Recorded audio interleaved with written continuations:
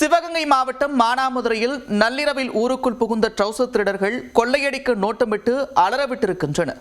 பயங்கர ஆயுதங்களுடன் வந்து அச்சுறுத்துவதாக கூறும் பொதுமக்களுக்கு அதிகாரிகள் அளிக்கும் பதில் என்ன?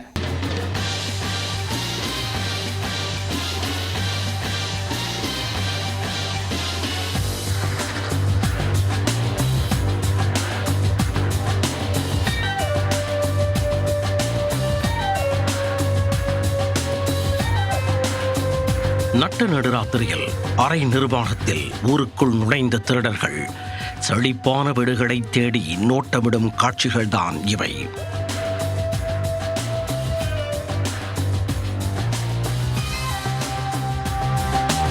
பயங்கர ஆயுதங்களுடன் சட்டையில்லாமல் நோட்டமிட்ட இந்த கொள்ளையர்கள் போலீசில் சிக்கினார்களா? நடந்தது என்ன? சிவகங்கை மாவட்டம் மானாமதுரை ஆனந்தபுரம் பைபாஸ் பகுதியில் நேற்றிரவு நாய்கள் குரைத்துக் கொண்டே இருந்தன. ஊரே உறங்கிக் கொண்டிருக்கும் நேரத்தில் இந்த இரு கேடிகளும் தெருவுக்குள் இறங்கினர். ட்ரவுசர் மட்டும் அணிந்து அரை நிர்வாணத்தில் வந்த இருவரும் அங்கிருக்கும் வீடுகளை உற்று நோக்கி நோட்டமிட்டனர். பூட்டி கிடக்கும் வீடுகள் ஏதாவது கண்ணில் தென்படுகிறதா என பதுங்கி பதுங்கி பார்த்தவர்கள் ஏரியாவையே அலறவிட்டுள்ளனர். எல்லா வீடுகளிலும் ஆட்கள் இருந்ததால் அந்த இரவு ட்ரவுசர் திருடர்களின் திருட்டு முயற்சி தோல்வியில் முடிந்தது.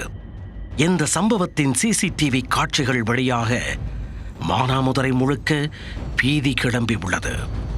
இது தொடர்பாக போலீசிலும் புகார் அளிக்கப்பட்டுள்ளது. பாதுகாப்பு கருதி இரவு நேரங்களில் ரோந்து பணியை தீவிரப்படுத்த மக்கள் வேண்டுகோள் விடுத்துள்ளனர்.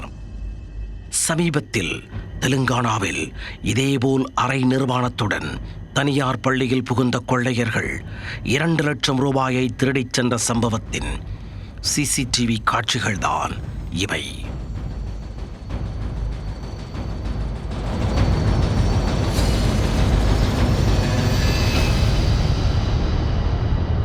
ட்ரவுசர் மட்டும் அணிந்து பயங்கர ஆயுதங்களுடன் பள்ளியில் புகுந்த திருடர்கள் மேஜை டிராயரில் வைக்கப்பட்டிருந்த பணத்தை திருடிச் சென்றனர்.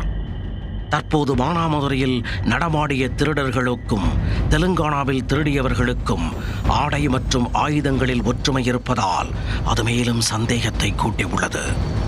இது தொடர்பாக மானாமதுரை போலீசார் தீவிர விசாரணையில் ஈடுபட்டுள்ள நிலையில் ட்ரவுசர் திருடர்களால் கடைக்காரர்களும் பொதுமக்களும் பயங்கர பீதியில் ஆழ்ந்துள்ளனர்.